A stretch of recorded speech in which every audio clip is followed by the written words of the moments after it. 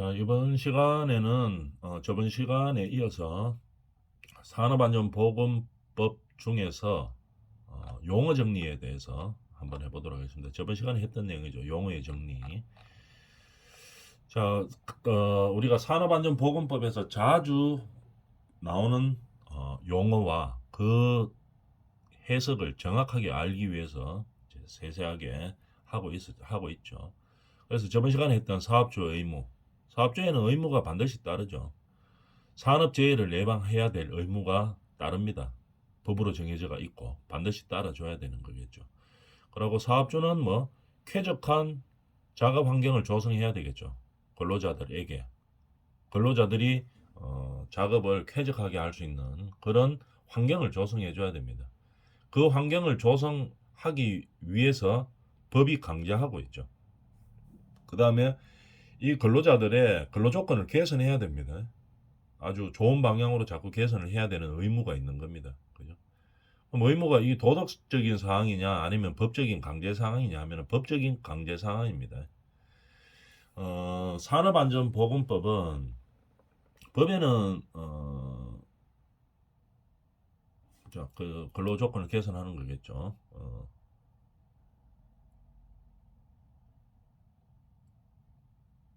근로 조건을 개선해야 됩니다. 그 다음에 또 어, 말이 너무 길어질 것 같아서 일단 진도부터 좀 나갑시다. 그 다음에 해당 사업장의 안전 및 보건에 관한 정보를 누구에게? 근로자에게 제공해야 됩니다. 그죠? 반드시 제공해야 됩니다. 어떤 상황에 대해서. 모든 상황에 대해서 근로자에게 제공하는 게 아니고, 사업장의 안전 및 보건에 관한 상황은 근로자에게 항상 제공을 해야 되는 게 법에 규정되어 있습니다. 그러니까 어떻게 안전 조치를 했고, 우리 사업장에서 어떻게 보건 조치를 했고 하는 것을 반드시 근로자에게 제공해야 됩니다. 알려줘야 된다는 얘기겠죠. 안 알려주면 어떻게 됩니까? 그것도 법에 걸리죠. 그래서 사안에 따라서 뭡니까? 과태료 처분을 받든지 아니면은 어떻게 고발돼서 벌금을 받든지 아니면 형사처벌을 받든지 이렇게 어, 법으로 강제하고 있습니다. 그래서 반드시 근로자에게 사업장의 안전 및 보건에 관한 정보를 이야기해야 되겠죠. 자세한 것들은 우리가 해당 교과목들을 배우면서 하도록 합니다. 이런 것들이 뭐야? 이거 보면은 어, 사업주의 의무이죠. 사업주의 의무. 사업을 이행하기 위해서. 그러면 사업주의 의무만 있냐 하면 그건 아니죠. 근로자의 의무도 있습니다. 근로자는 어떤 의무가 있느냐? 읽어보기 전에 생각해보면 뭐겠습니까? 사업장의 사업주가 안전이나 보건을 근로자의 안전이나 보건을 위해서 어떤 측정도 하고 그다음에 개선도 하고 여러 가지 사항을 다 해놨어요. 이거는 지켜주세요 하고 근로자들이 이거는 해야 됩니다. 예를 들어서 건강 관리는 이렇게 해야 됩니다. 안전 수칙은 이렇게 지켜야 됩니다. 이렇게 했는데요. 근로자가 그걸 안 따라요. 그러면 그걸 갖다가 혼을 내 가지고 뭐라 해 가지고 그렇게 할 수도 없죠. 어떻게 해야 됩니까? 당연히 근로자도 그 안전조치나 보건조치에서는 따라야 되는 의무가 있습니다. 어떻게 법으로 규정하고 있나 한번 볼까요? 근로자는 이 법과 이 법에 의한 명령, 법도 따라야 되고, 그 다음에 그냥 명령이 아니고 법에 의한 명령입니다. 그죠? 법으로 딱 강제되어 있어요. 근로자는 사업주가 정해놓은 사업장의 안전, 보건 수칙 등등을 반드시 따라야 한다. 이렇게 근로자도 의무가 정해져가 있습니다. 법에 의한 명령을 산업재해 예방을 위해서 기준을 준수해야 되는 거죠. 반드시 따라야 되는 겁니다. 근로자도 따라야 되고 기준을 준수해야 하며 그다음에 사업주 또는 근로감독관, 공단 등 관계인이 실시하는 산업재해 예방에 관한 조치에 따라야 한다. 반드시 따라야 되는 거죠. 그러면은 근로자도 안 따르면은 사업주처럼 규제 조항이 있습니다. 법에도. 사안에 따라서 어, 과태료 처분을 받든지 아니면 고발돼 가지고 벌금을 받든지 아니면은 뭐 형사처벌을 받든지 이런 처벌들이 있죠. 그래서 서로가 우리가 준수를 잘해야 됩니다. 사업주만 있는 것도 아니고, 그죠? 의무가. 그 다음에 근로자만 있는 것도 아니고, 둘 다 있죠. 그래서 항상 근로자와 사업주는 가장 중요한 게 뭡니까? 사업장의 안전 및 보건 관리를 위해서 재해 예방을 하는 거죠. 그 규정을 반드시 따라줘야 된다는 얘기입니다. 그죠?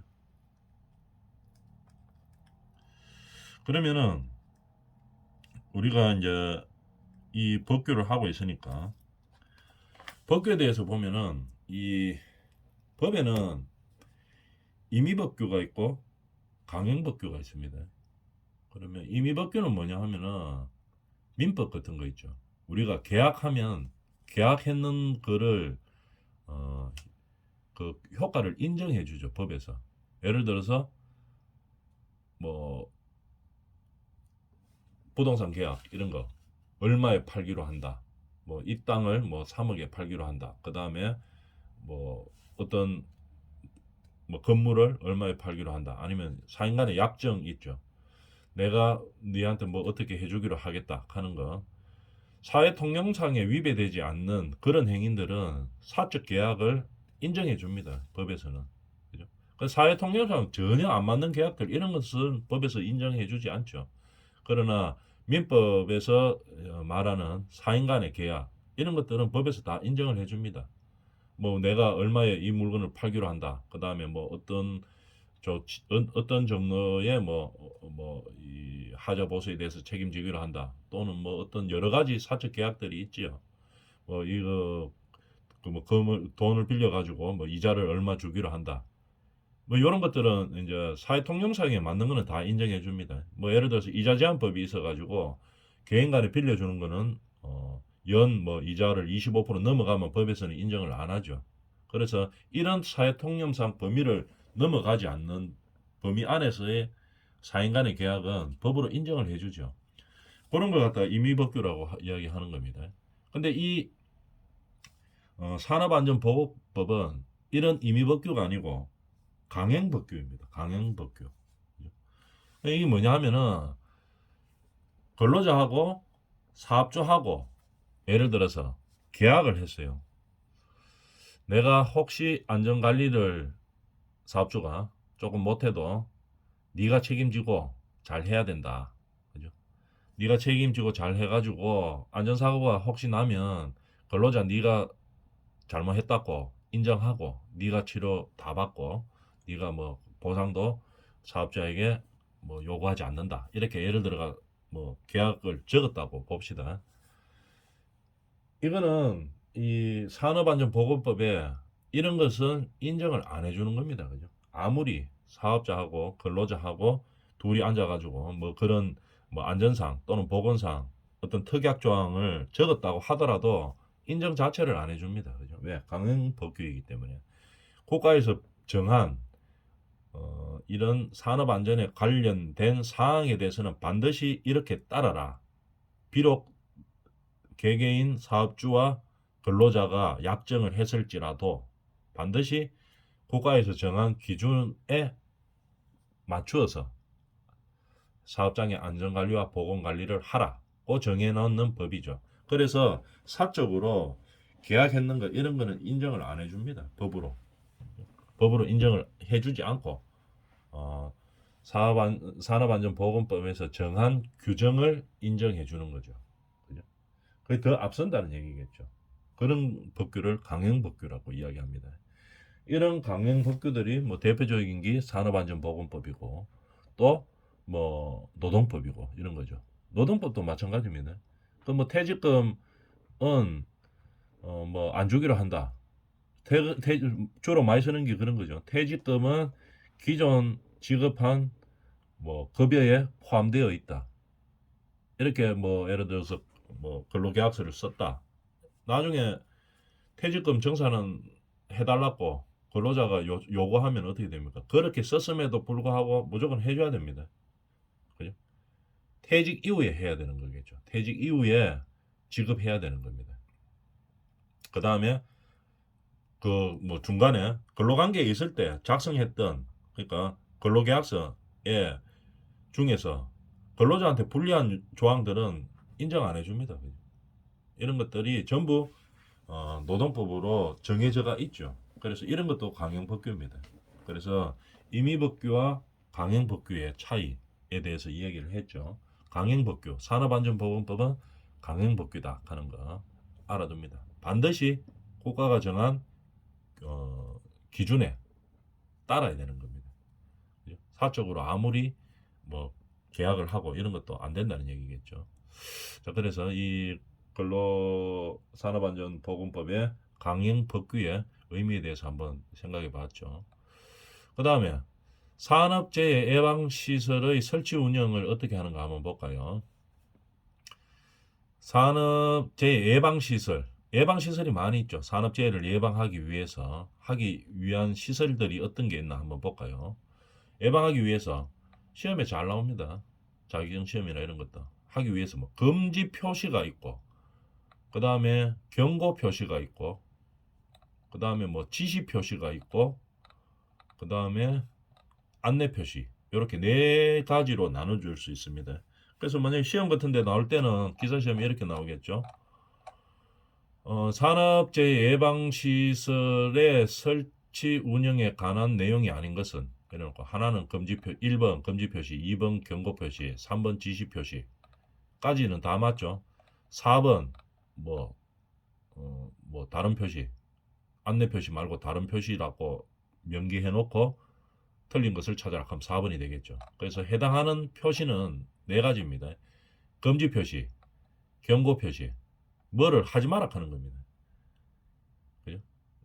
특히 하지 마라 하는 게 제일 많은 게 뭡니까? 화학 공장 이런데 또는 뭐 건설 현장에서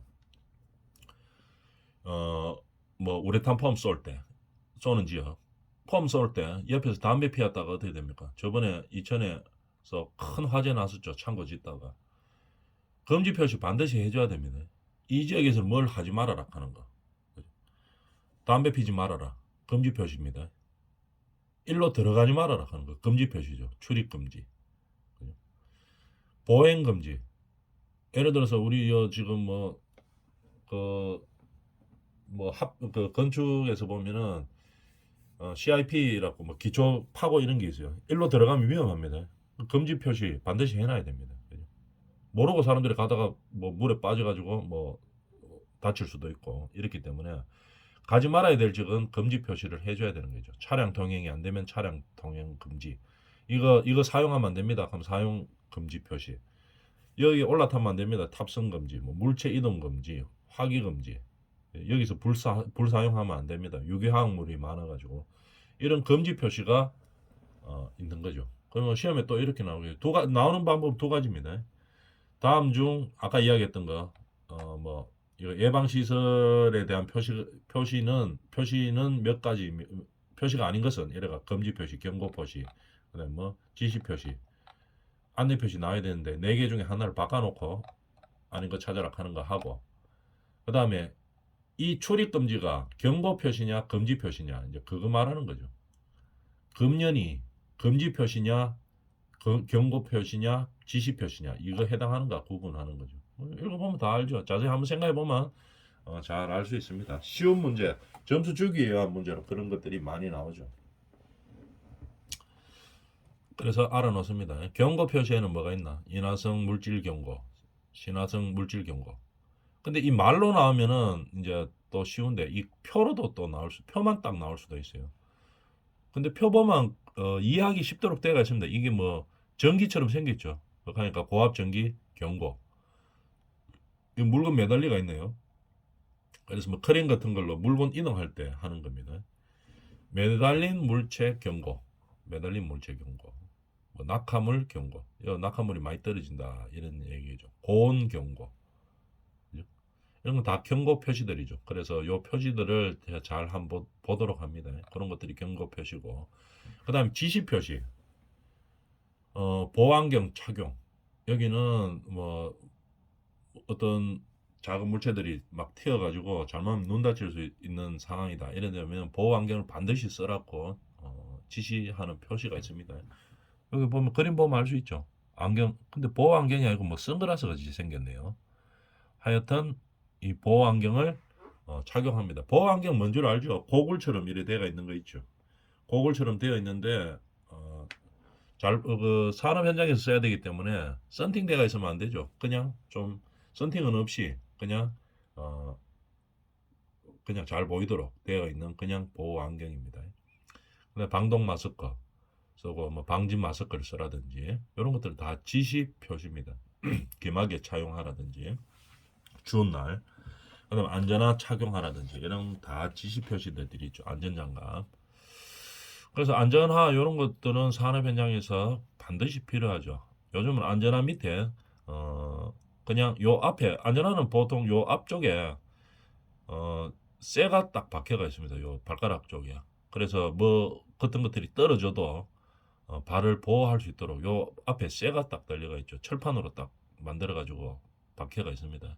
그다음에 요 바닥에 뭐 전기 안 통하도록 절연제로 되어 있고, 그래서 발을 보호하는 거겠죠. 왜냐하면 발을 많이 다치죠. 이 산업 현장에서 일하다 보면. 그래서 안전화 착용은 반드시 필수입니다. 그죠? 그다음에 또 장갑도 마찬가지고 안전장갑. 안전장갑 중에서 뭐 전기 쪽에 관계되는 것 같으면은 어떤 거 전기 안 통하는 장갑까지 다 있죠. 이런 것들 항상 착용하고 해야 되는 겁니다. 그런 것들은 지시 표시라고 이야기하는 거죠. 그다음에 안내 표시, 뭐 녹십자 표시, 뭐 들것 이런 것들이 들것 문제 시험 문제 보면 들것 딱 그려놓고 이것은 무슨 표시에 해당되느냐? 안내 표시겠죠. 뭐 이걸 갖다가 뭐 지시 표시라고 이야기하면 안 되죠. 이런 것들 들 것들. 그래서 표시들을 잘 알아줘야 된다는 얘기입니다. 그 다음에 우리가 산업안전보건법상 작업중지, 법에서는 이 작업중지를 어떻게 해야 되는지 우리가 한번 알아볼까요? 작업중지를 어떻게 하느냐? 사업주는 산업재해가 발생할 급박한 위험입니다. 급박한 위험. 아주 위험한. 급박다 보니까 이거 산업재해가 발생할 것 같아요. 급박한 위험이 있을 때 또는 중대재해가 발생하였을 때 위험이 있을 때라든지 아니면 중대재해가 발생했을 때는 어떻게 해야 되나? 적시입니다. 적시 작업을 중지시켜야 됩니다. 아이고.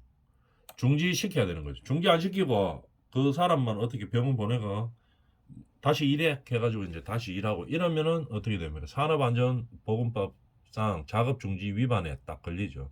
그래서 왜 걸리느냐 하면은 중대재해나 급박한 위험이 발생했을 때는 그 발생했는 그 사람만 어떻게 병원에 보내고 119 태워 보내고 끝 이게 아니고 그 현장에 다시 어, 그 안전 조치를 해야 됩니다. 왜냐하면 또 발생할 가능성이 있죠. 그래서 일단 중지시키고, 그죠? 그 다음에 중지시키고, 그 다음에 뭘 해야 되느냐? 일단은 근로자들을 작업 장소로부터 대피시켜야 됩니다. 대피시키는 등 안전보건상 조치를 해야 되는 거죠. 그죠? 조치를 다 하고 난 후에 보고, 이제는 더 이상의 문제가 없겠다. 이럴 때는 다시 작업을 시작하는 겁니다. 그죠? 그래서 급박한 위험이 발생하거나 중대재해가 발생한 이후에는 일단 작업을 중지시키고 근로자들을 대피시켜야 되는 거겠죠. 일단 대피시키고 그 다음에 안전보건 조치를 합니다. 조치를 해놓고 문제가 없을 때 다시 작업을 진행시켜야 되겠죠. 그렇게 안 하면은 어떻게 됩니까? 작업중지 위반에 반드시 제한을 받게 되는 거겠죠. 근로자가 산업재해가 발생할 급박한 위험으로 인하여 작업을 중지하고 대피하였을 때에는 어떻게 하는가 한번 볼까요? 지체 없이 그 사실을 바로 위 상급자에게 보고해야 됩니다. 누구한테 하느냐? 바로 위 상급자에게 보고해야 되는 겁니다. 바로 위 상급자는 어떻게 해야 되나? 보고받으면 적절한 조치를 취해야 되는 거겠죠. 일단 보고를 해야 됩니다. 작업을 중지하고 대피하였을 때는 지체 없이 이러한 사실을 자기만 알고 있으면 안 되죠. 상급자한테 혼날 것 같은데 싶어가 자기만 알고 대충 묻으려고 하면은 큰일 나죠. 나중에 이 책임을 다 져야 됩니다. 그죠? 보고 안 한 거에 대한 책임. 그래서 보고를 안 하면 그럼 무슨 책임이 있는데요? 하면은 이 사업주가 어떻게 안전하고 보건 관리를 하라고 지시를 해야 되는데 그 지시를 못하도록 보고를 못했는 상황이 되는 거겠죠. 그래서 우리 안전관리자나 보건관리자들은 어떤 상황이 발생하면 일단 보고를 해야 됩니다. 위 상급자에게 보고를 하고 지시를 받아야 되는 거죠. 안전관리자나 보건관리자는 일단 지시를 받아서 그 행위를 하는 거겠죠. 물론 전문적인 지식이 사업주가 없기 때문에 조언은 해주죠. 이렇게 이렇게 해야 됩니다. 이렇게 이렇게 해야 됩니다. 하지만 결정은 누가 합니까? 이거 사업주가 하죠. 그러니까 일단 보고 체계를 잘 알고 있어야 되는 얘기겠죠.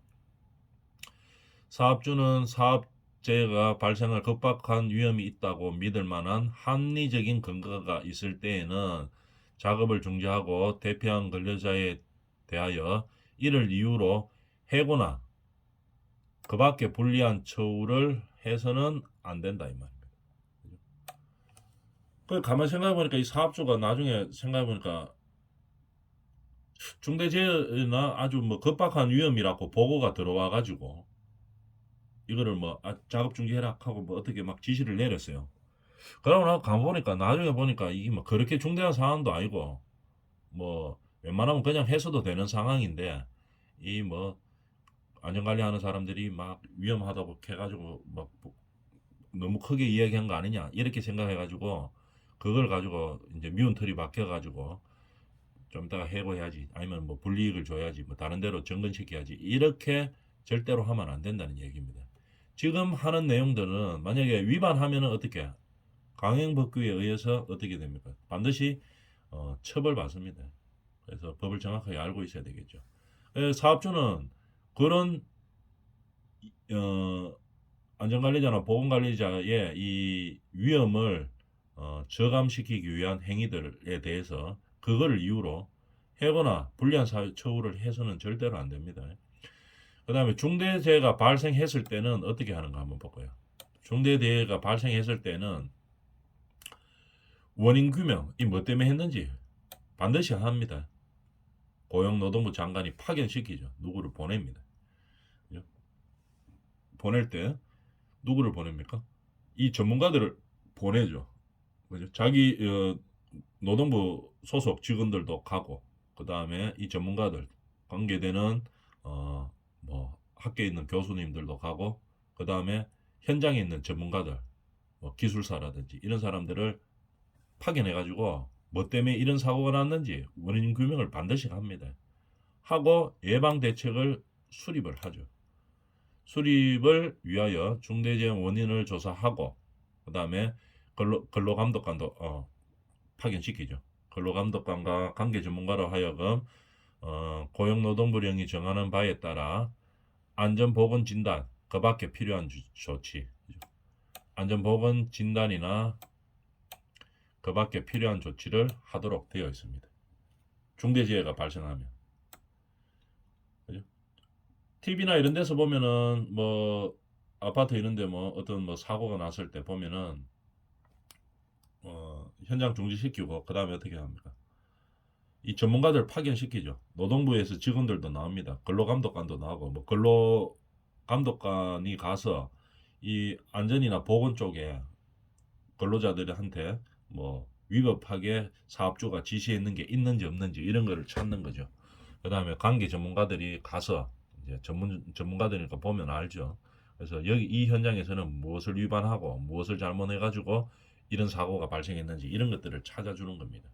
그래서 우리가 뭐 TV를 통해서 보면 그런 것들이 많이 발생하죠. 왜 그렇게 하는가 하면은 예방 대책을 수립하는 게 가장 중요하죠. 그래서 이 유사한 다른 현장에서도 이런 뭐 사고들이 발생하지 않게 하기 위해서 하는 거죠.